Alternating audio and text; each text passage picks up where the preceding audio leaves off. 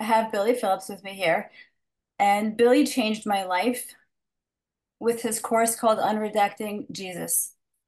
Uh, for the past 4 years, since the onset of what I call the shift in the world, I have been going down every rabbit hole I can, trying to find truth in every corner that I can.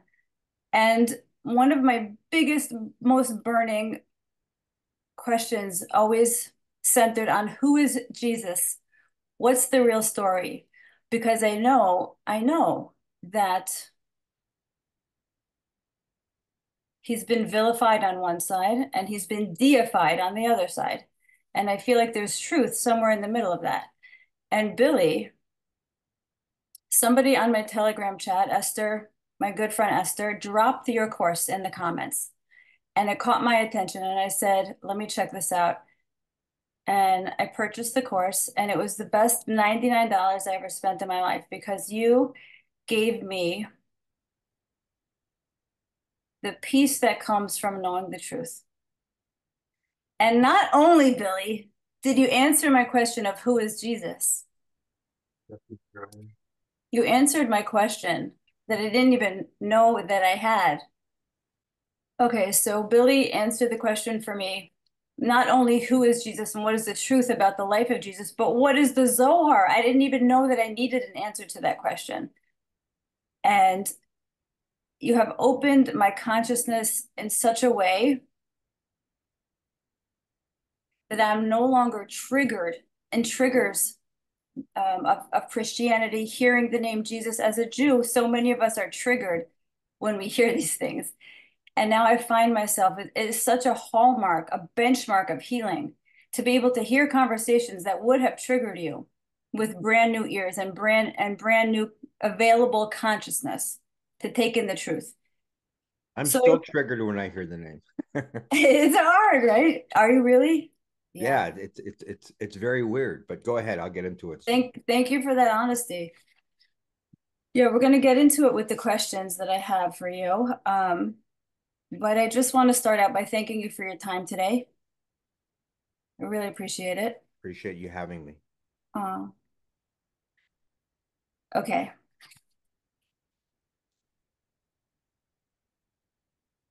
Okay. So the first question I have for you, Billy, is who are you? I'm a student. I'm not a teacher. I'm a student of Kabbalist Rav Berg. Um, because I deal with this topic, I deal specifically with the area of, the historical Jesus and Kabbalah and Zohar and science and quantum physics and Zohar. Because I deal with Jesus and Kabbalah, people think I'm Jews, I'm a Jew for Jesus. No. Or they think I'm a Christian. No, I'm born Jewish. My last name used to be Yoskovich. My great great grandfather changed it from Philip Yoskovich to Philip Phillips, long before the American Idol guy came along. So I was born a Jew, am a Jew. The proper term is Israelite. We're not talking about tribes. We're talking about who we really are, right? The souls who stood at Mount Sinai, 3,400 years ago. So went to Hebrew school, begrudgingly, hated it because I always asked questions and the answer was always like, why do we do this? Because it's written. Why do we do that? Because our fathers and our grandfathers and our forefathers and the patriarchs did it. I don't want to tell you what I said. It wasn't, but not for me. Now, I never doubted as a kid that there was, a divine force, God, if you will, for lack of a better term, permeating the entire universe and reality. But the Judaism that I grew up with didn't speak to me because it wasn't answering questions. Okay. And of course, I saw, a lot of whatever. And then when I'm an adult in my early 20s, when my father passed, the rabbi came to our home. First time we ever had a rabbi in our house, because I came from a secular family. My grandparents were Orthodox, if you will, on one side of the family. But otherwise, it was secular household. When the rabbi came, I bombarded him with all kinds of questions again about Judaism and life after everything. There was no answers. So by my mid 20s, no, late 20s, early 30s, I was making a ton of money in business. And I achieved everything. I was starting to achieve everything I wanted. I mean, I had an office with a sauna in it and a suntan room, and I had a $100,000 car, and I had robots that I was building for a theme park project I was developing. All the toys you'd want. I was empty, not consciously. I wasn't saying, "Oh, I'm empty." It was subconscious. I was walking into the bookstores and grabbing science books, looking for meaning. And I was fascinated by science. And I'm reading the science books. I'm going, holy geez, there's truth here. There's answers. But then I saw, but they don't tell you why. They're telling you how. Same as Judaism. Why do we do this? I don't know, but this is how you do it. This is how you wrap it to fill, and this is how you pray. But why? And science couldn't tell you why. And I sensed the same, I'll use the word ego in the scientists because they were going out of their way in many of the books, not all the books. In many of the books I was reading, they're going out of the way to prove there's no need for God. So I knew that was malarkey. So one day, guy knocks on my door in my office. I had a two-way mirror, right? And I could see, he's looks like a religious Jewish guy in my lobby, and he wants to talk to me. And I figured, oh, let this guy in. I'm gonna make mincemeat out of this person because he's not going to answer the questions that I have, and I know have a few little answers about science and what success in life through business. So I called him in, sat down, and lo and behold, this guy answered my questions. Wow. He was from the Kabbalah Center out of Mm, New York. He was coming to, share, selling, copies of the Zohar. Never heard of the Zohar in my life. Never heard of Kabbalah. But when he used the word Kabbalah, this is a true story. When he just said, it was about Kabbalah, I felt like an electrical current go through me. Right. And we spoke for 3 hours, and he answered questions, many of which dealt with the unification of science and Torah, to explain things. But what really sold me is after 3 hours of hitting him with, and I'm a maniac, so I'm question, question, question. And I'm super skeptical, but not skeptical in a negative way, skeptical in that, please, I hope you have the answer, but I'm going to hit you with everything, not trying to prove him wrong. Please prove me right. What about this? What about that? What about, and the son of a gun is answering every question. But what sold me, what gave me real comfort inside was that when I hit him with one question he couldn't answer, he says, I don't know the answer to that question, wow. which validated all the questions he did answer. 100%. And that's your appeal also. Tremendously. I heard you in the course. Anytime you didn't know something, you said, I don't know. Yeah, yeah, absolutely. Look, my teacher taught me, by the way, and this is a good preface to today's interview. Don't believe a word I say. I'm never going to give you my opinion. I'm not allowed to give you my opinion unless I pre-qualify and say just my opinion. My teacher, Rubberg, told me just quote the Zohar, quote the Kabbalists, the sages of history. I don't care how brilliant your opinion may be.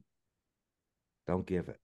Right. Just quote. So it's all right. So if I don't know an answer, sorry, I'm not giving you my opinion, or I'll give you my opinion, but I'm saying first, it's only my opinion. I Right. have no answer, from the Kabbalists. So that's what I do. I'm not here to give you some brilliant theory. I'm just going to share, what I learned from my teacher about this topic and the Kabbalists of history. Right. And So that takes the ego out of it, immediately cuts the ego. well, you always have ego. I gotta keep my hand on Check. my ego's throat throughout. But the key is just recognize it. As long as you know, oh, yeah, it's my dumb ego, and you just try and fight it. But no one can be without ego, and we're not supposed to be without ego. We're supposed to just repurpose it for the sake Right. of sharing and or just identify it in the Right. situation. Yeah, I got ego. I want everybody to love me. Right. Just my ego. So now I know. Please, I don't want them to. Just I want to really truly be a channel. And I know I can't be a channel because I got ego. That's enough. Yeah. That's enough. And we Okay. do all love you, Billy. You're so universally loved. I think God gave you this mission because you have such a universal appeal about you. I feel like you're the great in-between person for Jews and non-Jews. And even down to your name, Billy Phillips, it's just Yeah, crazy, right? perfectly suits you. Yeah. Yeah. My next question is, how did you become close with Rev Berg? Okay. I'll share a story. So when I first got involved, because it was a student of Rav Berg who came to my office, one of the chevra, one of the army of soldiers that the Rav built around him to bring this wisdom to the masses, the people who want to learn. I immediately connected with him. I wasn't really interested in the Rav. Didn't know who the Rav really was. Never met him. And when this person tried, his name was Eitan, when he tried to connect me to him, I said, no, no, no, just answer my questions. I don't want to go too far. I got a business to run. I love it, but I'm not getting deeply involved at this point. So he gives me a video. He says, watch this video. It's Rav Berg. It's the Rav. And I would never call him the Rav. I'm so embarrassed now, but I'd call him Berg. Disgusting. Listen, if Berg was, and he would cringe every time I said that. Remember, I came from a secular world. I didn't know about, respect, even honor. And the one, literally for a rabbi. I never respected the rabbis. The rabbi that I grew up with in my synagogue, he would take his car keys and throw it at a student if he wasn't paying attention. So, yeah, so I hated rabbis. So he gives me a video to watch on the Rav giving insights into Rosh Hashanah. He gives me a video. But it's late one night. I put it in my TV. I watch, thinking, is this guy going to be a charlatan or this great holy sage? It was neither. It was like you said. It was just chill. Like you could interpret it any way you want. He's just there sharing, handsome man, but it's not this guru, and he doesn't look like a snake oil salesman. He's just is, and that was what was compelling. I wasn't a mystical guy at that time at all. I was, not that I am now, but I was a very intellectual. So I did something very surprising. It even surprised me. I said, I need a sign. Mm. I can't waste my time with this. You know what I mean? I love talking to the guy who comes to my office about Kabbalah, but I need to know if this guy is who he says he is, who they say he is, and if he's for me. So I went outside. It was after midnight. I leaned against my wife's car and I said, literally to God, I said, look, I'm not playing around here. I need an answer. I want a sign. And it's got to be blatant. I'll sit here for 2 hours, till 2 in the morning if I have to. I don't care. But I want to see a falling star. To tell me it's him. I haven't seen a falling star since I was a kid. So I Whoa. said, show me a falling star. And I'm living in the suburbs of, Toronto. I'm in a city called Thornhill. And you don't see falling stars there. And I hadn't seen one since I was a kid at camp. So I leaned back and I was prepared to wait really an hour, 2 hours. And instantly, this Hmm. falling star goes boom across the sky. I'm gonna curse. I shit my pants. I said, what? I freaked. Yeah, it's And then I jarring said, me. Yeah. no more signs. And I ran to the house. I woke up my wife and I had an anxiety attack. I did. I had a panic attack. I couldn't cope with it because it was too bizarre. So that was the beginning of getting, to answer your question, of getting close to Kabbalist Rubber. So then I said, I was prepared. I'm diving in. This is what I've been looking for my whole life. I always knew there was a God. I knew science had answers. I knew, there must be answers in Torah, but I didn't like organized religion. And so I dove in head first. It was the most exhilarating, insane feeling I've ever felt every time I learned a piece of wisdom, every time there was a secret. And I slowly began to learn and feel and experience and got close to Rav Berg, which is, a whole other story. How many years were you close with him? Um, Ballpark, 25, 30 years.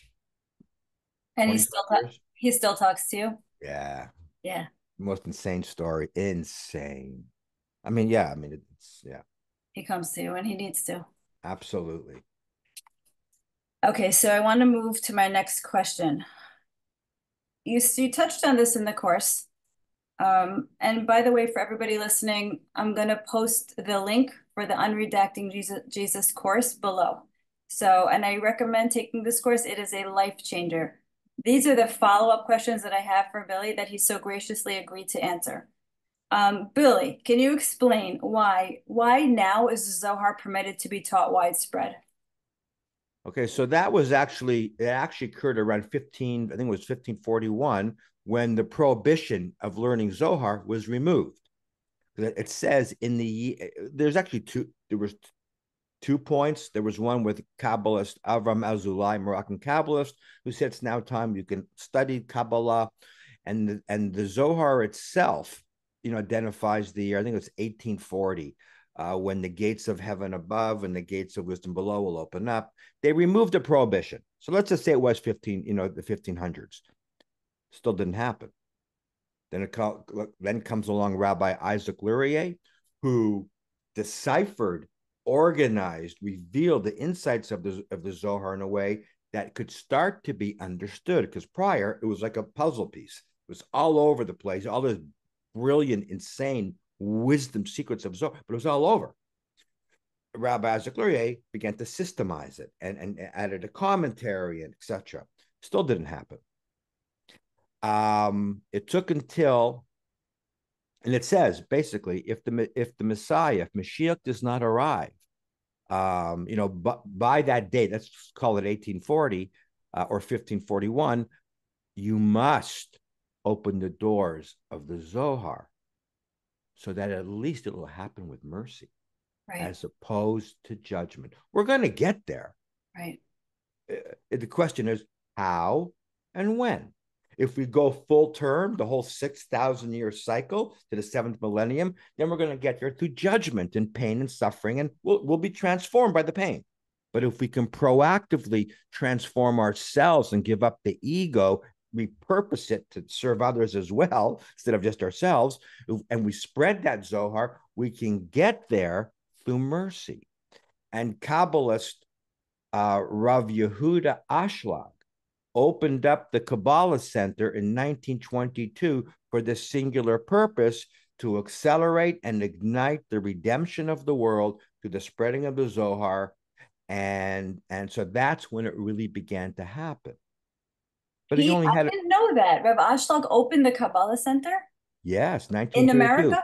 In No, in no. Jerusalem. It's called Oh, Yeshiva Kol Yehuda. oh. So Yes, this is a but branch of that. we are that. That is We our are that. lineage. Okay, Yes, fine. I really yeah. didn't know that. Wow. Okay, and why was it under wraps until then, though, Billy? Do you know the reason, the answer for that? As Rabbi Ashlag called it, the Iron Curtain. There is this iron curtain that's been concealing this wisdom, and there are forces. Darkness hates light, so Right, the dark forces in our world prevented it. And the Zohar itself says it. The Zohar itself says it's the mixed multitude, the Erev, Rav, Jews throughout history who instigated the building of the golden calf, the hatred for no reason among Jews during the second temple era. They come in every generation, not me saying this, it's the Zohar. They come in every generation. They seize power in the yeshivas, in the courts, in the secular governments, etc. And their job, and by the way, they're just doing their job. right, Their job is to keep the wisdom from the people. And very important, it's very easy to blame the heir of Rav, but they only get their power from me. If I react, if I'm selfish, if I'm controlled by my ego, and I'm rude to my wife, my kids, my friends, business people, even if they deserve it, I'm feeding that negative power, and that gives the heir of Rav power. right. So the government, says the Zohar, is always corrupt, the establishment, but we created that government through our individual interactions. So again, it always falls upon us. We cannot surrender control to the establishment. No one is coming to save us. Right. It's so important, Billy. We have to starve the beast. Yes, Yes. that's I, it. That's I that's get that. that's 6,000 years of wisdom in one sentence. What you just said. It's so Starve the true. beast, So and it's deep. over. It's over. But you said something, Billy, in the course about how the arrogant will dismiss it. Why it's safe now is because, do you know what I'm Yeah, referring to?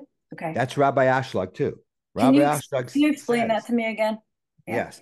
Rabbi Ashtak says one reason we don't have to worry now is that we can bring this wisdom out, but the world will be so materialistic and there'll be so much progress in the world that there'll be enough there to dazzle everybody's ego, to addict them, to attract them. You know, fame, celebrity, even today, social media, everyone's, you know, they're addicted to nonsense.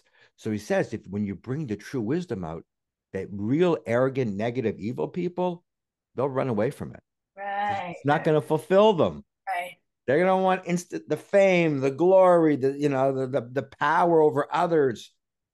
They're And not going to be that's why it's attracted to safe it. now. It's kind of safe now to unleash Yes. it. Yeah. Okay. It's all part of the grand design, by the way, too.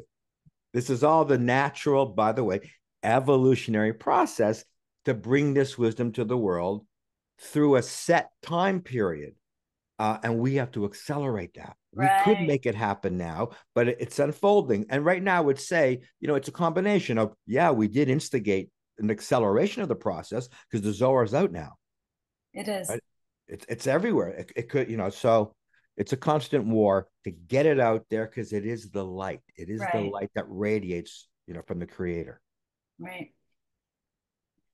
So the next topic is a big one.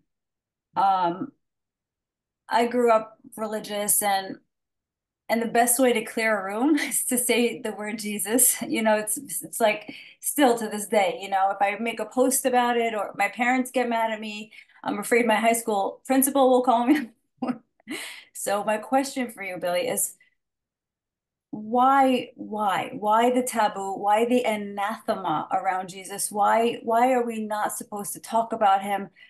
The way I think about it and the way I've heard it is that there was an intentional protection from the Avodah Zarah aspect because Jesus was made into a God. So the rabbis intentionally made it so taboo to protect Jewish people from the false idol worship. That was one explanation I had heard. And then from you, um, I understood the concept of the anti-Kabbalists in the world, that like they could have portrayed Jesus as a villain as a way to stop the spread of Zohar, because I've learned from you that Jesus was a Kabbalist. So I don't know if it was a protection. I don't know if it was both. Can you explain how you see it? Yeah. Well, I can just instead of worrying about protecting ourselves from idol worshiping in Christianity and Jesus, stop the idol worshiping within. We Jews are idol worshiping every day. So that's the problem. Jesus is not the problem. But How do you mean? okay, How do you mean? I'm saying they're so busy trying to keep us from Christianity, but they're not fixing our own internal, Right, you know, fix yourself before you fix the world. right. Stop worrying what's out there. It's what's within us. The enemy is always within. Yes. Okay. So, but this whole Christianity, Jesus, Judaism, Islam, it's all part of a pre-designed evolutionary process. So I'm not going to get into the weeds. I'm going to share what the Kabbalists say is really going on. Hmm. And I'm going to give you a condensed version because it's hours and hours. But I'll give you a simple version. So what's going on? 3,400 years ago, we were on Mount Sinai. We had the opportunity to bring revelation, Messiah, and end it. But we didn't really blow anything on Mount Sinai. It was a natural process that had to occur because the Israelites in the world had reached what's called the 49th gate of negativity. And if you reached the 50th gate of negativity, it would have destroyed the world. Because Satan had us by the throat in a death grip that would have destroyed the world. So, what was Mount Sinai really all about? To release that grip. So, there was this infusion of divine energy and light, bam, into the cosmos that leveled the playing field. And we were given tools now at that point, this technology called the way of Torah, to Mm. transform ourselves so we don't reach that 49th gate again, and transform ourselves enough to reach a critical mass of transformation to bring the Messiah, revelation again. But you know what really happened too, as part of this process? It wasn't the building of the golden calf that was the problem. Mm. The Israelites had certainty in idols and Mm. negativity and addiction to negativity in Egypt. That's the real slavery was happening within, and Egypt was was the reflection of that externally. Okay, along comes Moses to take us out of Egypt, which means to take us out of our own ego and slavery, and and when we had the situation at the Red Sea, when we saw the 10 plagues, it was a battle about our certainty in the light, not certainty in slavery, right? Mm. It's so easy to believe in, pessimism. Oh, God. But it's so hard to believe something's positive. Like we always say, it's too good to be true. We have certainty in our doubts and worry. We have doubts in everything that could be good. Mm. That's the inner Satan. That's the inner opponent. Okay. So that's the real slavery going on. He controls us. Mm. Okay. And then it manifests physically in the material world as us being enslaved in Egypt. Okay. What happened at Mount Sinai? They saw all these miracles, the 10 plagues, which are a reflection of the 10 dimensions, the 10 Mm. spherot. Okay. Now there's a positive 10 dimensions spherot, the tree of life, and then there's the negative side, which Satan uses, the negative force, the 10, because okay, there's parallel worlds, tree of life, tree of knowledge of good and evil. The 10 plagues were striking at the 10 dimensions of the dark side to Mm. destroy the whole system. And that would free us. We're free. Okay. And then we could leave Egypt. We get to Mount Sinai. Moses is gone. He's missing. We think he's missing. While he's gone, the Jews begin to panic. The key that all we had to do was have certainty in the light. The Satan goes to Hashem and says, "Let me test these people." They complain, they whine, they nag. Every time there's a miracle, they're complaining. Moses, take us back to Egypt. You brought us in the desert to die. These people haven't transformed yet. Now they're at Mount Sinai. They even fell asleep at one point. Let me test them. They're not ready for revelation. So God says, okay, test them. So it was as real as you seeing me now. When the Israelites were worried, where's Moses? Why didn't he come back down from the mountain? He's 6 hours late, which is a code for the 6 dimensions. I don't want to get too complicated. Take my course. Satan conjured up an image as real as you and I of Moses being taken to heaven because he was dead. Now, how many of us would say, well, God forbid, when a loved one passes, that's an illusion, it's not real. Have certainty. You can't do it. So in a way, I understand the Israelites, that was hard. They saw he's dead. But when they saw he was dead, their consciousness fell back into uncertainty. Mm. That was the real sin. That's Mm. what then caused the building of the golden calf, because they're not stupid. Jews aren't stupid. We're stiff necked, but we're not stupid. So they weren't building a cow to worship, it was technology. They built the calf. Gold is a great conductor, right? Our stereo speakers are made of gold, gold plated. It's a wonderful conductor of electricity. Gold is a wonderful conductor of spiritual energy. They Mm. built that golden calf because they thought we lost our connection. We love this energy of Mount Sinai. We got to reconnect. Okay. So, but their consciousness had fallen, and that's what caused the shattering of the tablets. They literally fell out of Moses' hands when he saw the golden calf because their consciousness also fell. They thought Moses was dead. They threw everything out the window with their consciousness. Oh, Moses is dead. After the Red Sea split, after all the plagues, after experiencing Mount Sinai, you're not quite, and that's what happened.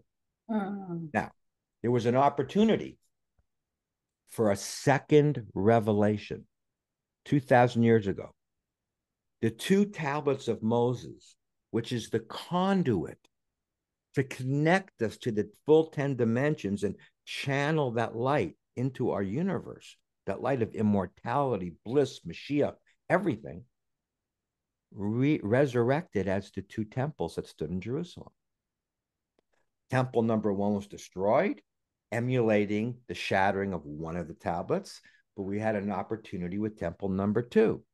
And so that's why you see in that generation, Rabbi Akiva, Rabbi Shimon Bar Yochai, Rabbi Gamliel, all the great Kabbalists, including Rabbi Yehoshua ben Yosef, which became to known as Jesus. Okay, so there was an opportunity to bring this wisdom to the masses again, to do another revelation. Once again, the Jews, hatred between each other for no reason.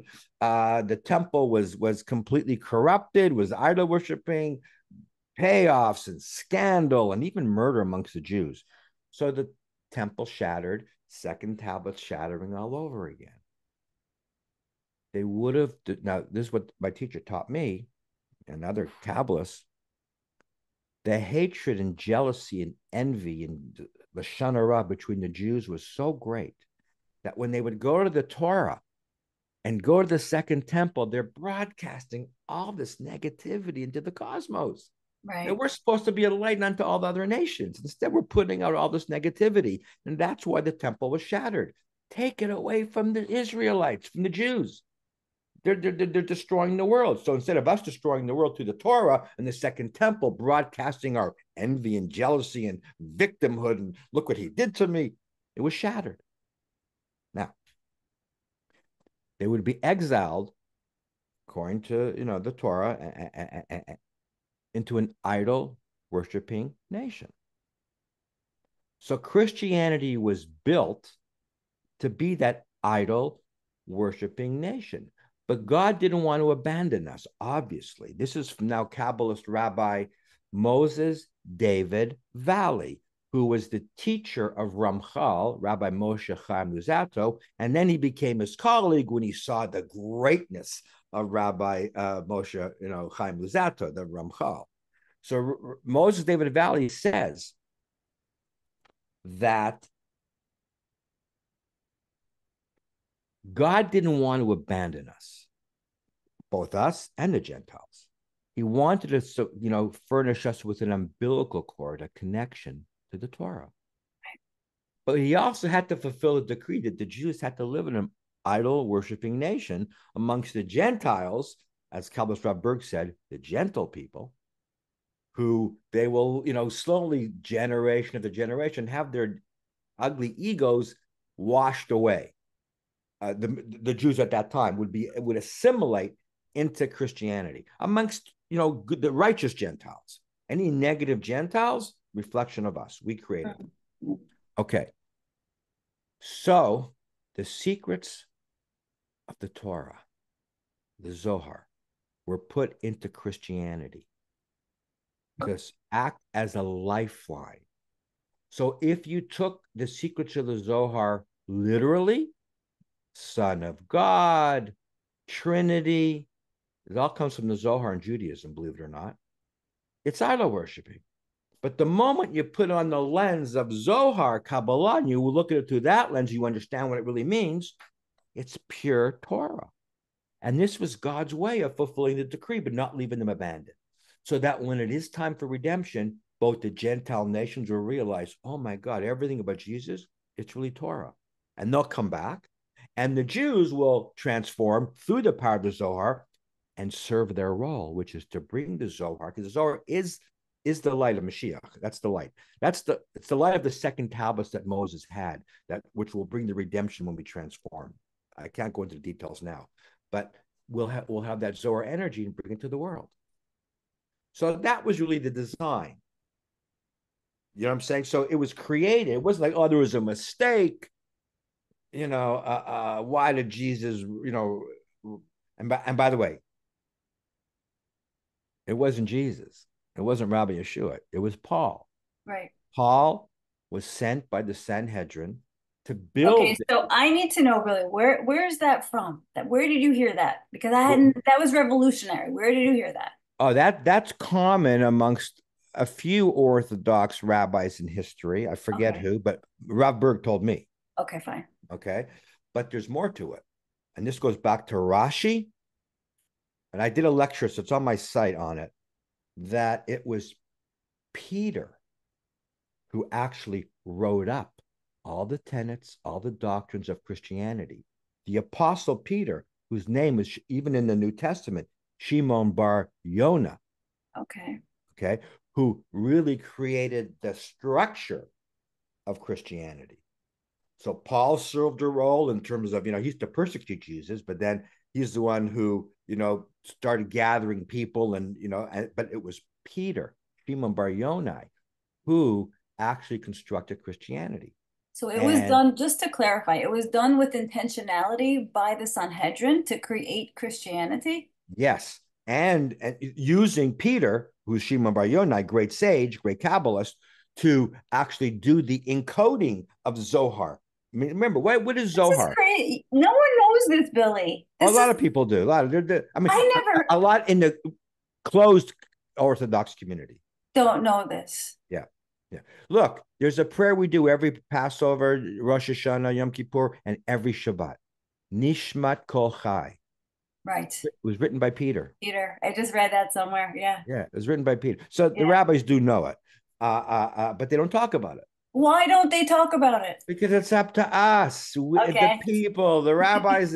Either they're corrupted or they're afraid, whatever reason. But it's also by design because no rabbi's going to save us, right? Right. No government's going to save us. We have to do A it. guy named Billy. It's just a guy And named that, Billy. but who gave me the wisdom? My Right. teacher. And like, so it's happening now. It's our job, and everybody who hears this today has to Yeah. go inside, get rid of your skepticism, whatever's triggering Right. you about Right. what, and look for the light. Know if you're being triggered, it's your Satan. And if you say, yeah, but that's also Satan, you got to fight that and then bring Work this through light to that. the nations. Look, Kabbalist Rav Yehuda Ashlag says the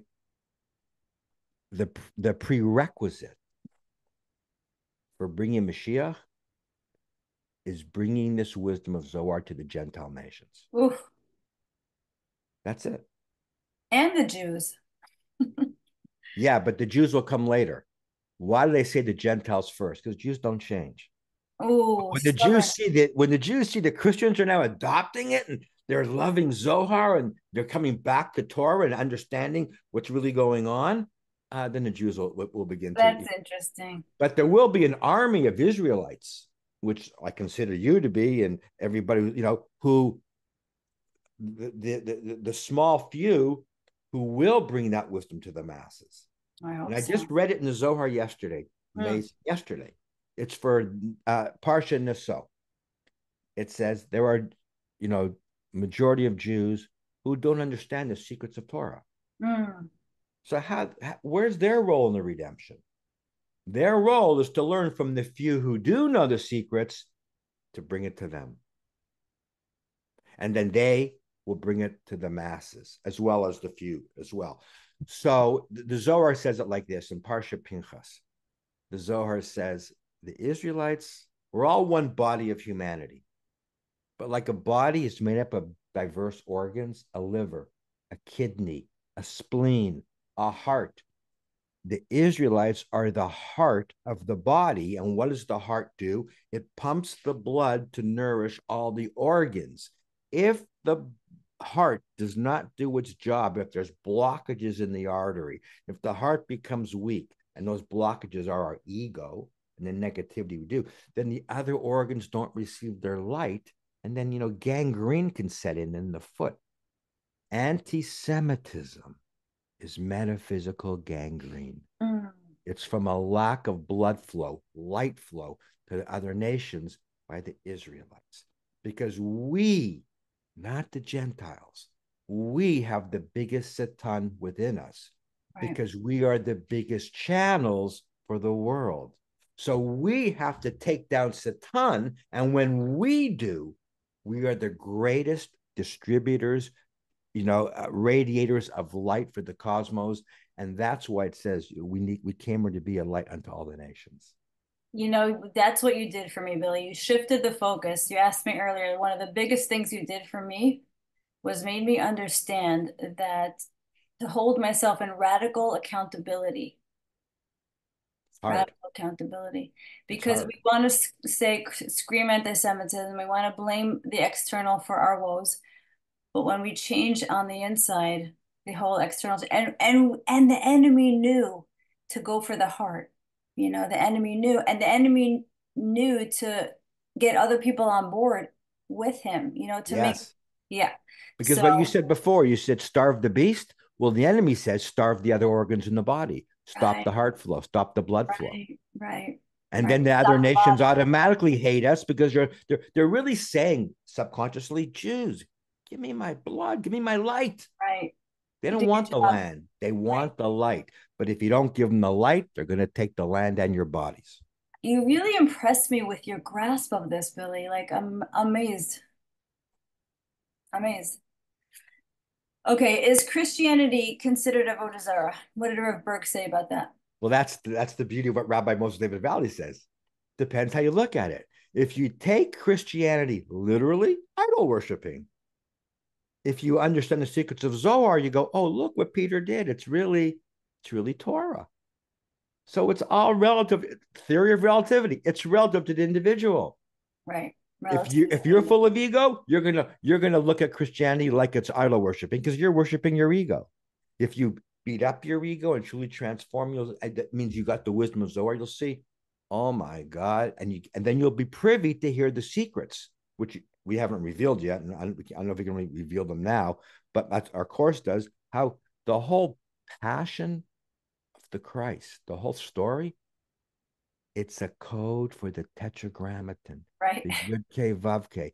It's got nothing to do with what traditional Christianity believes. But that's okay because, as Rabbi Moses David Valley says, they're supposed to hang on to Jesus. They're worshiping a Jew.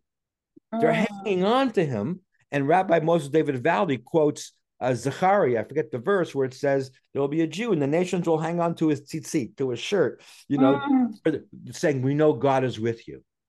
So mm. they're hanging on to Jesus because that's their lifeline to the Torah. So who created the anathema? Who created the taboo on Jesus? Erev Rav, Okay, fine. mixed multitude. Okay. That the Zohar says run the yeshivas, run the courts, run the synagogues, run the secular government. It was the Erev Rav in every generation, but we cannot blame them. It's us. Radical accountability. Yeah. Um, why did Moshe Rabbeinu take out the Erev? Do you know? Because, I mean, it was, listen, big picture, it was supposed to happen. Okay. Like I said, Mount Sinai really, what really in a deeper level wasn't about we missed the opportunity for revelation. And that was baked into the cake. Okay. What really Mount Sinai was for was to just get Satan's hands off our throat, level the playing field because we were approaching the 50th gate, which would have destroyed the world. So that all really happened just to start all over again and give us the tools now to fight Satan, which is the path of Torah. That's the tools. But Satan then came along and created a religion. That's the Mm, secret of the golden calf. It's about religion. Jesus will do it for me. My rabbi will do it for me. My accountant will do it for me. The government will do it for me. So we created organized religion instead of a path where each individual can go within using the Torah, using the path, and uproot the ego. But the ego is look at the world. Look how strong it is. The ego has the microphone. so it triggers 1% of me. the negative people in the world control the whole world Right. through the news, through the media, through how come? Yes. But 90% of the people are good. Well, how come they're controlling everything? So it's strong. The negative force is We're strong. waking up to that. More and more people are waking up to that 1% realization. Yes. It triggers me about when you say organized religion because like we have to be organized. We're Jews, you know, we have to do a lot of the rituals together. So when you say organized religion, I kind of get triggered because I'm part of that world. Can you explain that? Yes. So I'm not saying that I learned that we're supposed to get rid of the technology, but that's what it is. Torah is a technology. Tefillin is a technology. The whole binding of the left side, which is the ego side, right is your soul, left. everything's a technology. When you study Zohar, you've been to see, oh my God, this thing is genius. It's brilliant. We're not saying do away with that. We're saying do away with the consciousness of organized religion, where they're giving an aliyah to the guy who bids the highest. Then you blew the whole consciousness. Now, idol, money is now is what you're worshiping, instead of who's got the consciousness that could channel that specific aliyah, which corresponds to a specific spherot in the 10 dimensions and a specific chariot, Joseph or Moses or Aaron, and chant. But the rabbis don't have that information, so that the highest bidder gets it, and this guy deserves kavod and honor. It stinks. Yeah, it Did it does. work? It doesn't work. So unfortunately, there's only a handful of, Rav Berg hated the word synagogue and Mm. sanctuary. We always call it the war room. Yeah, I like that. So war room. We're there to wage war in our ego. That's what we have the Torah for every week. Wage war in another aspect of your ego. Because if you remove your blockages, the light will fill you. It doesn't have to be your rabbi who does it. But the rabbi's there as a channel as well. These are true Kabbalistic rabbi to bring down that light, and then it gets distributed amongst the recipients, and everyone's working together using technology to wage war against the dark side and being smart by realizing the dark side begins within. It's not about When you morals. say all this, I start to feel a little defeated because it feels so far away. It feels like, And that's Satan. okay, Hopelessness. We're so close because the crazier the world gets, there's always perfect balance. There's equal amount of light.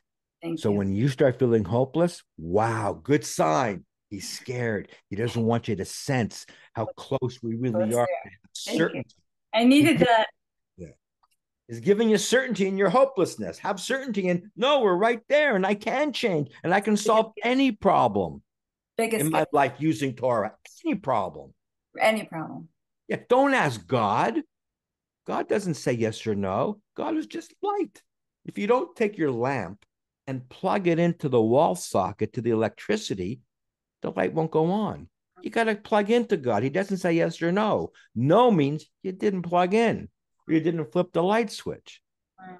God is just an infinite, endless energy of only goodness and light that we, through our free will, learn how to connect to put the light on in every aspect of our life. It's a constant work until we finally reach a critical mass of light.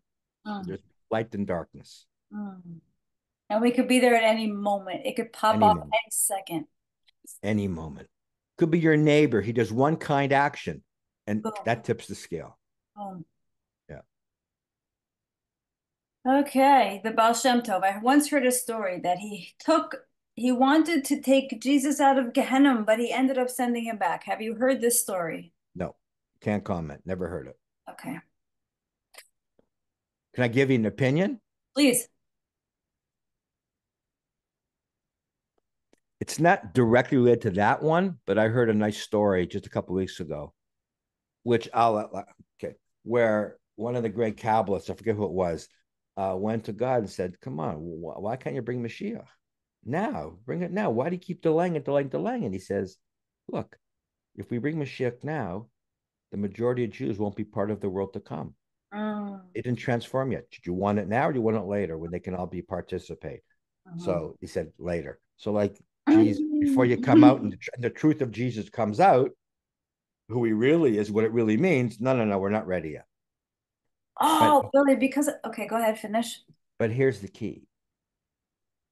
I'm listening. Through the Zohar, we can end it now with mercy Mm, because the Zohar is light. And if you study even science, Einstein's theory of relativity proves that when a photon, which is a particle of light, is traveling at light speed, there's no time and there's no space from the perspective of the particle of light. Okay. It's called time dilation. Time shrinks to zero. And it's called length contraction. mhm, Space shrinks to zero. So when you're in the realm of light, There's no future anymore. It's right now. You're bringing Mashiach. mm, What's killing us, delaying us, is that we're creating time. And it's the mm, ego that creates time. so It's deep, li- so it's deep. light that gets rid of time. We're here to remove time to bring the future into the present. And the Zohar is the light of Torah. The Torah is the body. The Zohar is the soul. Your soul is above time and space. That's why I said spread the Zohar, spread the Zohar. It's not any more complicated than that. If you spread the Zohar, meaning you live it, you share the books, or you whatever, or you just scan it or read it, and share those books. How that's all under the heading share the Zohar. More light, you're taking away the future, you're bringing to the present. You're removing Mm. time and space. It's all Otherwise, happening now. It's all happening now. yes, that's where things are accelerating. It's Mm, yes, we can get yes. So the Zohar is like the emergency, exit button, the get out of mm, jail card. If we get enough Zohars, all the calculations, all the sins, everything are washed away by the light. mm. And everyone is included in Geula. Everybody, Got it. I meaning always all the nations, but the Israelites will serve the role as the heart to all the nations. right, pumping the blood. Yeah. So everyone, yeah. So yeah. So we all have different functions and different roles, but all nations participate. Right, All righteous nations. right. I always had this feeling inside me that it's the rock that you're most afraid of lifting is where Geula is hiding. And I always felt like that rock is Jesus, because every Jew was afraid to touch it and lift it and see what the truth was about his life. And I feel that truth is like it's like the grit for the wheels of Geula. Like we get traction from the truth. I heard you in your course say that Jesus, Yeshua, was the Mashiach ben Yosef of his time. Rav- Yes, Rabbi Moses David Valley, Kabbalist Rabbi Abraham Abulafia, common. Jesus was the potential Mashiach ben Yosef of his time. That's explosive. I don't Yeah, know if you realize how explosive that is. I'll go one better. You know what it says in the Zohar? What? There's a big debate, right? All the traditional rabbis like to say Messiah has not come yet, and he doesn't die and come back a second time. Wrong. Oh boy. It's in the Zohar. The Is portion, it? I think it's in Balak where it says it's all again because again Christianity. It's not about okay. Literal. It says in the right. It's not literally. It says in the Zohar, Mashiach ben Yosef will come and he will die on this hill, which is the letter you have Yud, K, Vav, K. So it says he will die in the hill, which is the lower hay. Jesus died on a hill in Golgotha. Mhm. Golgotha lies at the tip of the letter Yud in the Zohar. Right. Okay, that's where it's called the skull, and it's not a literal. It means that's just they're using anthropomorphic terms in the Zohar to explain how the Sefirot work, how the 10 Sefirot work, and how they manifest in the name of God in the Tetragrammaton. So it says the letter Vav is the Holy Son, the Messiah, and Mashiach ben Yosef connects to that letter Vav, and he will be on the hill, which is beneath Golgotha, the Yud. He's at the final hay, and he'll die on that hill, and then he'll return. So there it is, right in the Zohar. Right. He dies and returns, Mashiach ben Yosef. Well, can And I tell you my theory about that? yeah, Just heard from Rev Mendel Kessin that Yeshua, I don't know if you ever heard this, was a reincarnation of Esav. that Yehosh, yes, of course. And he also says that Trump is the Tov Sheba Esav, the good aspect of Esav. So I was conjecturing, theorizing that it's the same soul with the same mission. The Mashiach ben Yosef of eradicating anti-establishment, eradicating evil from the face of. I mean, there's no one more anti-establishment right now on the world stage than our boy Trump. So my theory is that it could be that that's the second coming. he he he does not say, What? Rabbi Mendel Kessin, that Trump is the Messiah. No, he He doesn't. I he want to be clear. says I he say that. He right doesn't he say that. right Yeah. he says that Marcus Aurelius, who with Yehuda Hanasi, right? They call him Rebbe, was friends with Marcus Aurelius 2,000 years ago, and Marcus Aurelius gave permission for the first yeshivas to be built, and that's what paved the way for the Mishnah. It saved Judaism, Right. and that Marcus Aurelius is the reincarnation of Esav, and he connects Yeshua. He didn't talk about Yeshua. He talks about Esav. Keston won't go there, I don't think. He talks about Esav and Aurelius coming back, and he said that's who Trump is, to pave the way for Mashiach, not that Trump's Mashiach. He'll pave the way for the Mashiach, the same way Marcus Aurelius worked with Yehuda Hanasi to bring the Mishnah to save Judaism. Uh, uh, uh, he reincarnates, and that could be Trump, who will then again save Judaism, meaning he'll do what's necessary to destroy the negative nations, and that Right. doesn't be physical war, and that will bring the Mashiach, and yeah, he doesn't go to He it's doesn't go to the extreme that I go to, but the way that I see it is that, Trump, there's two phases. This is I learned from a book called The Kol HaTor by a student, yes, you know, Vilna Gaon. exactly. So in that book, it made me understand the two phases, the ground phase of the Mashiach process, Mashiach ben Yosef phase, leads up to the galactic phase or the supernatural phase of Mashiach ben David. And they kind of hand one stick to the other. Yes, Mashiach ben Yeah. Yosef comes to wage war, Right. which You is the said war, but it should be the war in our consciousness that. to wake up the Jews to wage the proper war. If you don't wage war in your consciousness, you'll wage war against anti-Semites. Right. No, but I think that Trump is involved in a reversal of the psyop, a reversal of the sleep that we've all been in. He's showing us who is who. He's showing us. There's a great reveal happening, I think, through his hand. And I don't know, it's just my personal theory that Yeah, he could be it. That's I'll just give you. Yeah. So if the Rav were sitting here, he'd say, "Nice theory, but we don't care about anybody's theories. mm, Just quote the Kabbalists." But now, having said that, now I'll talk about my own personal opinion. That's it. I agree with you. Something's going on in the 1% world. mm. And this hatred towards Trump, I mean, it's mystical. It's absolutely, in my opinion, no quotes, but the Rav did say, my teacher did say back in the late 80s or early 90s about Trump being president one day. He did. Um, Berg said that? Rav Berg said that. Yeah, back in the late 80s, early 90s. What did he say? Do you remember the He words just he said, said? he was talking about Trump and who he is and da da da. And he just, it was like, I think it was after a morning lecture. He's just talking to the students around him, going, Trump, president. He'll be president. Was he a fan of Trump? Don't know, Right. but he is a fan of counterculture people. He Mm. likes the scat like the Baal Shem Tov. That's why he got me. He loves the scoundrels, the rascals, the thieves, the crooks. Me All too. because if we transform, Right. greater arc of transformation, greater character arc. Someone who's born righteous, lives righteous, and dies righteous doesn't reveal a lot of light in the world. He brings blessing and helps people, but there's no transfer. It's transformation, the arc.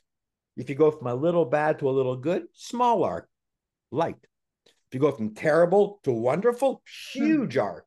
It's the arc of transformation we need to bring Mashiach. That's why Mashiach, it says, goes into the klippah.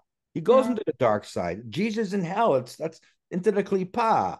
The most negative becomes the most righteous. Mashiach bon Yosef. If you want to win a championship fight, if you want to beat Mike Tyson, you got to get into the ring. Yes. You want to take down Satan? You got to get into the ring. We Got get it. into the ring in a small scale. The Mashiach gets into the ring in a big scale. So he'll be negative and cursed at. And then when he transforms and destroys within, That arc of transformation is massive, and that brings great light into the world. But we're Mm, obsessed with, oh, he's good, he's righteous, he's holy. Nah, give me the scoundrels and let them change just a little bit. right. And I think God loves to surprise us, you know, to shock us. It says in the Gemara, Sanhedrin 98a, Rabbi Yoshua ben Levi met the prophet Elijah, who was standing at the entrance of the cave of Rabbi Shimon Bar Yochai. And they go on to talk about in that conversation, when is Mashiach coming? Who is Mashiach? And it says that Mashiach is waiting at the gates of Rome, taking only one bandage off at a time because he wants to be ready to go. He's sitting with the lepers. The way my brain understood this is that there's a lot of winks and nods in this Gemara, a lot of allusions. I understood that the Mashiach is looking at Rome to show us, guys, this is where the epicenter of the control and the lies came from. And Mashiach understands that when we start to peel back, who is Jesus? What is Zohar? Why did the Jews think he was a villain? Why did the Christians think he was a god? When we all start to come to a mutual understanding around this one big nut, you know, this one big wound inflicted on humanity, he's gonna have to run. Mashiach is gonna have to get up and run because it's gonna be go time. So what I thought of you, Billy, was when it said the conversation opens at the entrance of the cave of Rabbi Shimon Bar Yochai with Eliyahu Navi. Tell me what you think about that. You know, Eliyahu represents the wisdom of Zohar. He represents the Right. secrets. He taught Rabbi Shimon Bar Yochai in the cave. Right. So, and interestingly, uh, uh, uh, okay, I don't want to go there. So, Oh, I hate when you no, don't no, go it's too there. complicated, and I don't have Okay, enough fine. information to share. But Okay, yes, fine. I agree with you that obviously that section holds insane secrets, right? Insane Obviously, secrets.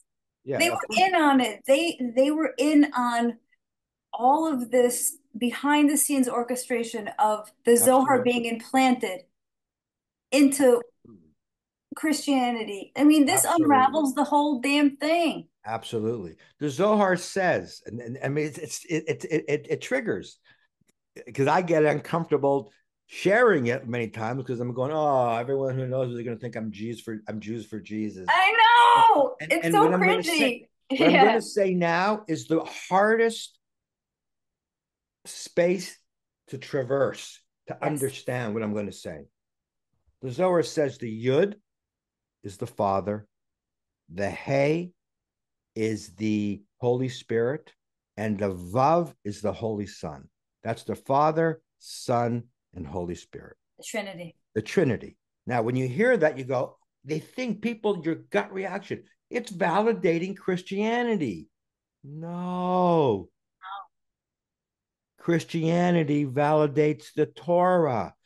You know, Trinity is, and I hate the term Trinity because it has 2,000 years of connotation and words have power. So when you hear it, it is going to trigger you. Your job is to shut down the triggering because that's Satan. He doesn't want you to know the truth and realizes it's all Torah.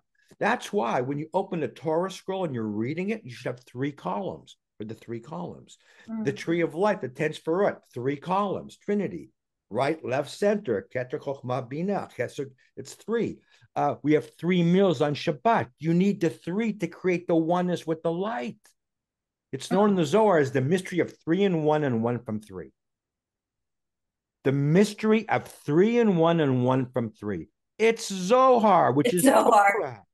And they So, put it in Christianity to right. trick everybody, because if you take it literally, it's idol worshiping. So you It's think Torah. it's Torah. It's They Torah. can't grasp Trinity's it. People Torah. can't And grasp it. it's just mind blowing. It's just completely Yeah. it shakes you out of the stupor. Yeah. It's enough to take you right out of the lies. Yeah. Um, but do you think really that the rabbis orchestrated all of this? We did. We empowered the rabbis throughout history through our negative behavior. But of course, yes, Erev Rav, mixed multitude, lies and lies and lies, like we see today going on in the media. This is not new. Everything you're seeing today is not new. It's been going on through centuries. What's been happening, says Kabbalah Strasberg, it's just been hidden under the rug. But when the Zohar shines in the world, now you see all the garbage that's been hidden all along. So it's forcing it out. It's the same corruption, the same media control. The media throughout history, when there were just messengers walking around verbally, spreading lies, spreading lies. But it's our fault because we listen to our ego and he gives us lies. He tells you to judge somebody, and that's a lie because you don't see their soul, you see their ego. So it's Mm, your ego judging someone else's ego, and your soul and their soul are left out of the picture. They're buried, hidden away. right. When you're mad at somebody, if someone says something that bothers you, if you saw with special glasses, oh, they didn't mean it. It was their Satan who did it. And Mm. then you had glasses and saw, and it's Satan making me mad at that person. Mm. It's over. It's over. It's game But the over. greatest trick the devil pulled is what? Making us believe he didn't exist. Yeah. So we don't believe it's our ego. But Billy, on the flip side of that, do you think the rabbis like transported Zohar intentionally inside the vessel of Christianity? The Sanhedrin transport. You think Rabbi Shimon Bar Yochai and Yeshua got together and masterminded the Christianity be the vessel to hold Zohar? I told you it was Peter. Okay, fine. Peter. So in my story The from same the guy who Rav, wrote Nishmas Kol Chai, that guy. yes, Okay, yes, yes, and it goes back to Rashi. Rashi, there's even a verse. It's heavy. It's heavy scholarly work to prove what Rashi says, but even Rashi acknowledges it. tell me, can you Okay, tell me? no, it's too complicated because you gotta go. I gotta like this paper. Okay, Okay, fine. if you want to know the story, let me give you his name. He did most of the work, and I spoke to him many times. Okay. What's his name? Oh boy. Oh boy. I forget his name.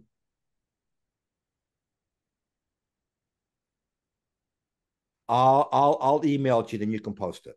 Okay. I And don't know how to see the he takes questions. you through Someone's the asking. whole process to show it's to do with the fast of Tevet. There's a fast of Tevet, and Yeah. we're really celebrating Peter. Yeah, we're because no one knows who we're celebrating How this. crazy is that? Yeah, yeah, it's Peter. So it was Rabbi Shimon. I'll tell you one thing. Rabbi Shimon Bar Yochai told Jesus, "Do not try and expose the corruption. What's going Right. on He in the tried to temple?" stop him. So why did Jesus go ahead with it? Tell me And why.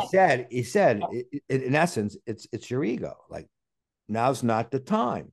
But Jesus' wife, Miriam, told him, fulfill your destiny. You got to stop this corruption. And Rabbi Shimon said, they're going to kill you. They're too So was it powerful. a mistake? Was it a mistake? Nothing's a mistake because it's Nothing. all part of the grand. Nothing's a But mistake. did he act impulsively, Jesus? Like, was that maybe why he was put in Gehenna, quote unquote? I don't know. Right. I haven't discussed that. I don't know if he was there. I don't know. Right. The rabbis changed the manuscripts. The Reb told me you can't trust the books. Mm, The war in history, the real war was not fought on battlefields. They were fought in the books. So the whole section of Jesus going to hell could be all lies. I mm, don't know, but there are lies about Jesus that have been written throughout history. They tried to put lies into the Zohar, many things to discredit the Zohar. So that's what I just share. What right. my teacher said, what Rabbi Moses David Valley says, what the Vilna Gaon says, what Ramchal says, what Abalafia, and then it becomes self-evident, and then you see the secrets then you realize. So Rabbi Shimon and Jesus lived at the same time. The Ravs told me the timeline is all lies. They Mm, manipulated everything. Look at the media works today. If you watch mhm. CNN, you hear one story. If you watch Fox, you hear another story, and it's like two different realities. Absolutely. Everyone buys into the reality that resonates with their own state of consciousness, wherever they are. And I'm not saying who's right or who's wrong. No politics here, just two realities. So the lies have been going on throughout history, and they would change the books and they would put things in there to discredit it. So they may put something in the Zohar that says, oh, they think, oh, it only came from the 13th century. Because there's a reference here. They, they, they, they were tampering with the manuscripts. The wars that went on when they first printed the Zohar, the first ever printing, there were two printings happening simultaneously in the city of Cremona and the city of Mantova. It's been a war since day one for the light versus darkness. So Rabbi Shimon Bar Yochai and Jesus were contemporaries, Yes. and Rabbi Shimon Bar Yochai understood that it wasn't the time, and Jesus really didn't. Jesus also knew it wasn't the time. He says it in the New Testament, Oh, he says that he knew he wasn't. right? His students, He made a run for it anyway. his disciples, no, he wanted to expose the corruption. He didn't want. He knew it wasn't time. Oh, Right. He said that. oh, he didn't want to bring the geula necessarily. He wanted to expose the corruption. He thought that would be the way. Oh, okay, okay. Okay. And that's not the way. You got to spread the light. But Jesus Oh, said, he said, his disciples said, why do you speak in parables? right, He says, because so they'll hear but won't understand. Only you guys get the secrets. right. And the But it's secrets are, enough light in the parables holds light as well. yes. Yes, Like the story you just told now from the Talmud about sitting at the gates of Rome. It's a parable. it's a parable. What's And really you going? have to, what are they really trying to tell us? That's what I always look for now. It's a total, the Zohar retrains you to Yes. decode reality. You have to Yes. decode. Yes. People are asking questions, Billy. I just don't know how to open that Oh, spirit I up. can see them. Hold on. How do you do it? Can you tell me what you're clicking on? Yeah, I'm just reading it. If you click on your, it should be participants, and you can click also chat, and you'll see questions in the chat. Oh Okay. boy, a lot of. Okay, let me see here. See if anything called out.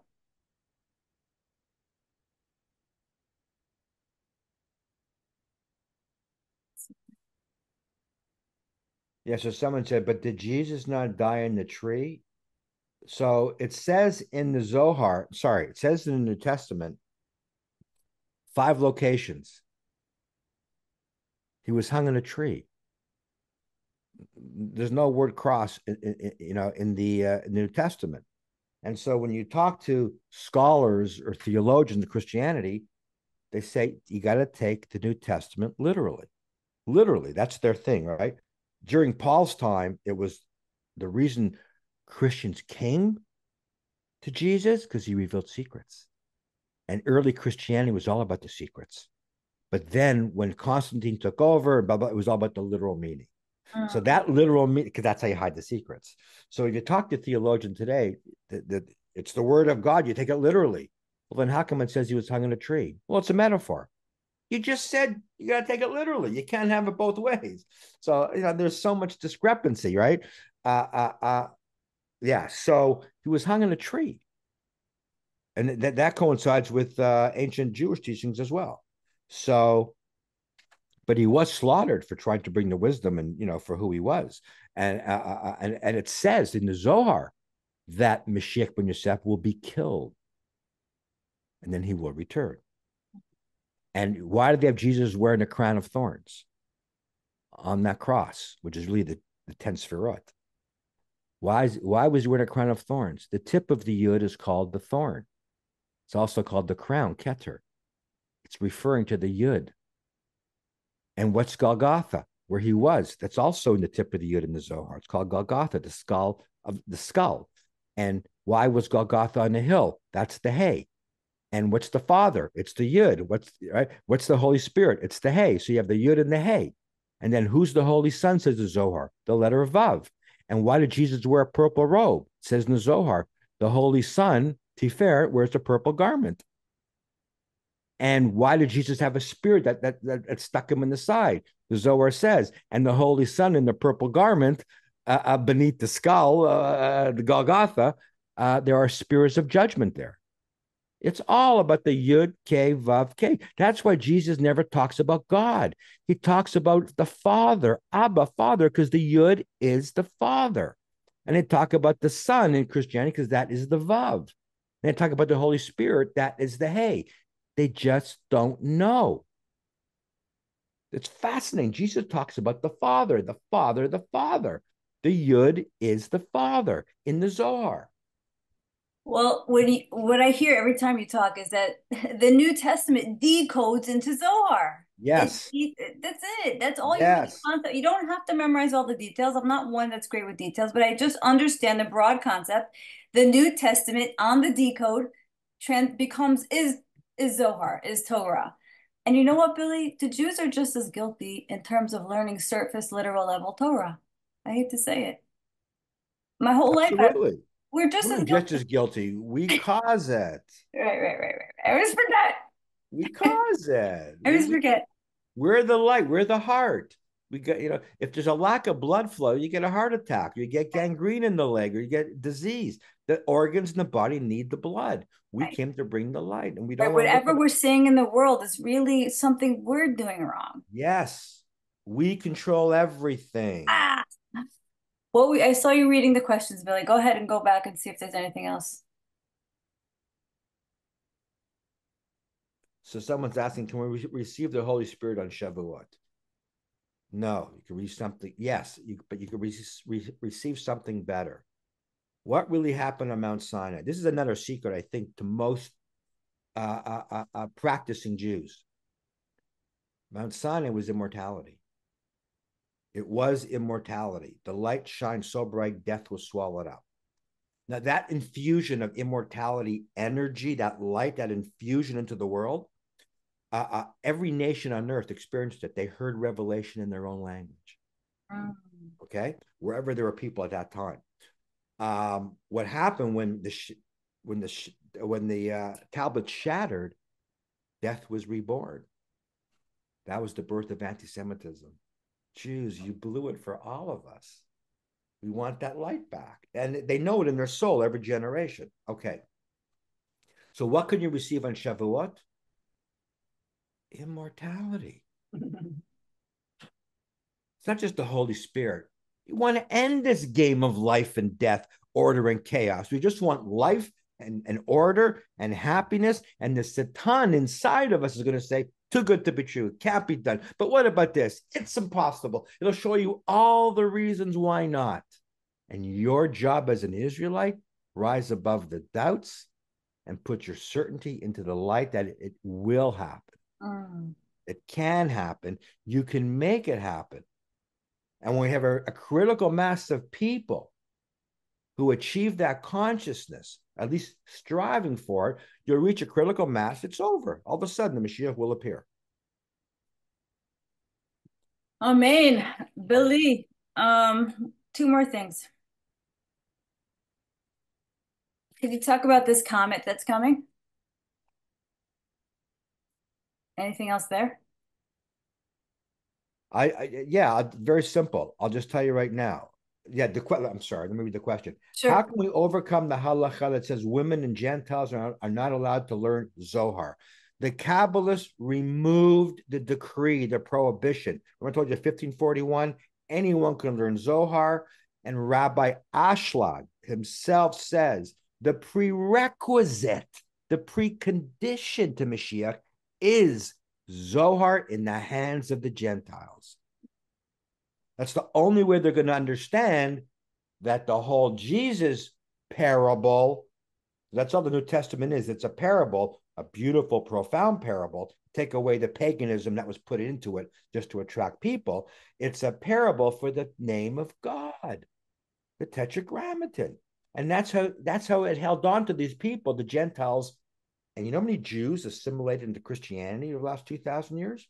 Probably 70%, I'm guessing now, but the Rav did say probably 70, 80% of the Christians in Latin America, Jews, biological blood Jews, not soul Jews, biological soul Jews who converted over the decade. And who's China? The tribe of Reuben. Where's all the Jews? Supposed to be more Jews in the world than stars in the sky, God promised Abraham. So by spreading the Zohar, you shine the light, the truth will come out. So it's a precondition to bring Mashiach. It's either going to happen, you go the full 6,000 years, and then we'll get the Zohar through suffering, or we can do it now by proactively sharing it. And it says, now is the time. Now is the time I have other, go to my site, billyphillips.com. There's so many free lectures there that will explain from the Vilna Gaon why everything changed in 2020. It's in the Zohar. 5780 in the Hebrew calendar year will be a massive infusion of energy. And what happened? COVID, Trump lost the election, the world became polarized. We're in it. We're in it. And yeah. So so women, Gentiles can all access the Zohar. What? They can't have the light of God? No, women, you can't have the light of God. No, Gentiles, you can't have the light of God. That's what we came to do. Be a light unto all nations. Be a light. Spread the Zohar. More important than spreading it, or just as important, live it. Every time a Jew resists his ego a little bit, he's nourishing the whole world. It may feel like hell in the moment. Look, I'm in Kabbalah 30 plus years. I hate resisting my ego, shutting up when I want to speak. I hate it, especially when you're right. But I go, okay, I'm changing the world, getting light. And I say to my wife all the time, I'll get a moment of doubt. If I, who saw so many miracles and have a still the same hard time with my ego, there's no chance for the rest of the world. They don't, that's also Satan because they don't have to do what I did. I don't have to do what my teacher did. We all have our own unique relationship and it's all relative. So a person who's far from Torah does a little bit, that brings more light than someone who's close to Torah and just does a good deed.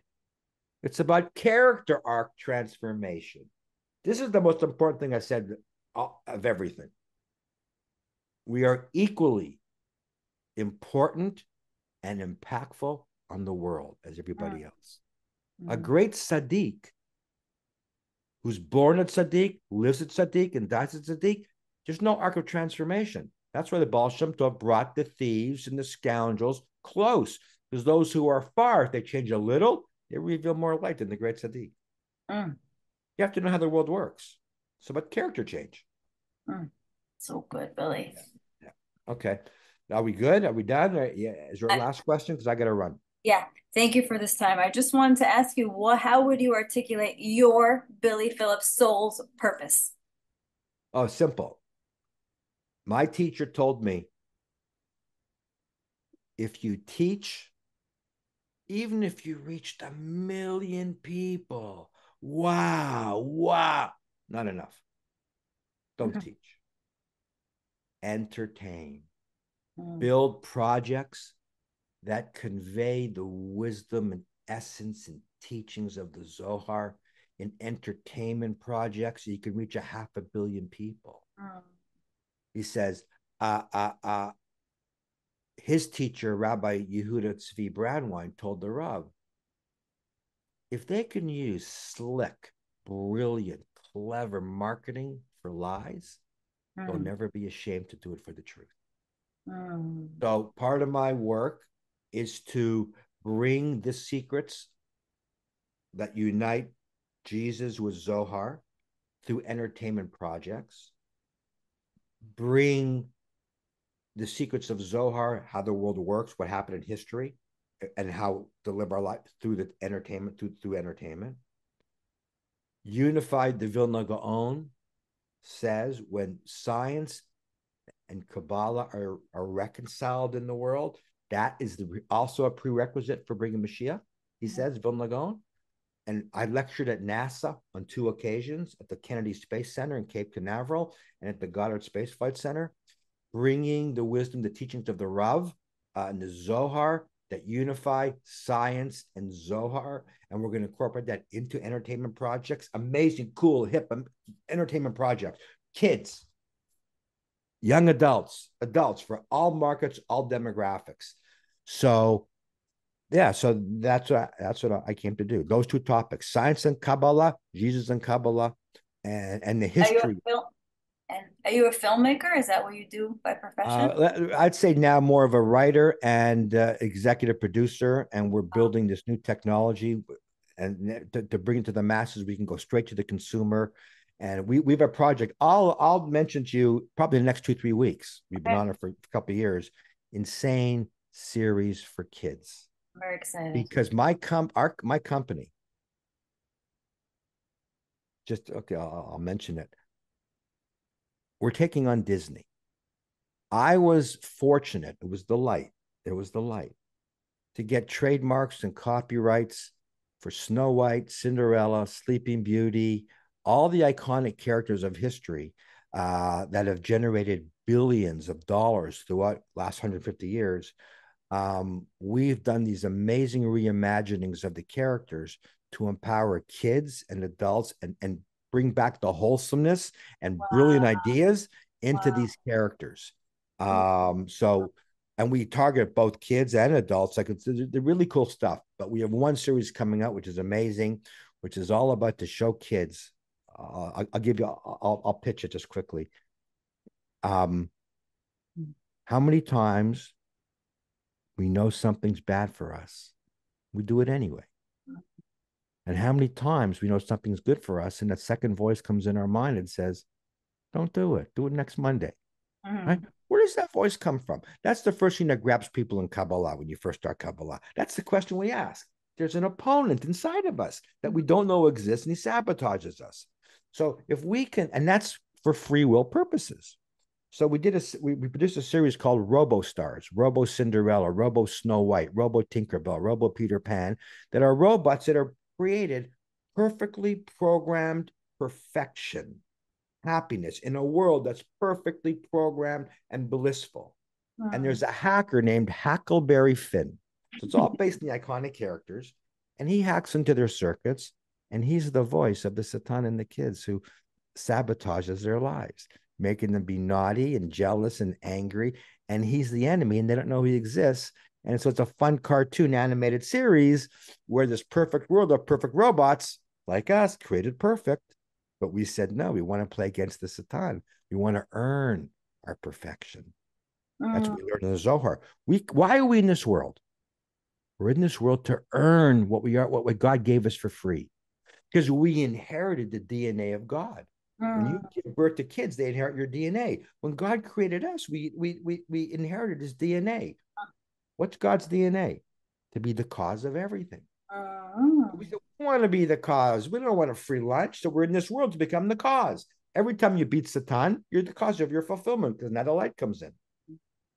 That's it. It's called removing bread of shame. So we're producing an animated series that teaches kids how not to listen to that second voice. wow. The second voice that tells you to judge the other person. So if Cinderella and Peter Pan are in a fight, kids are going to see, it's really Huckleberry behind the scenes programming both of them.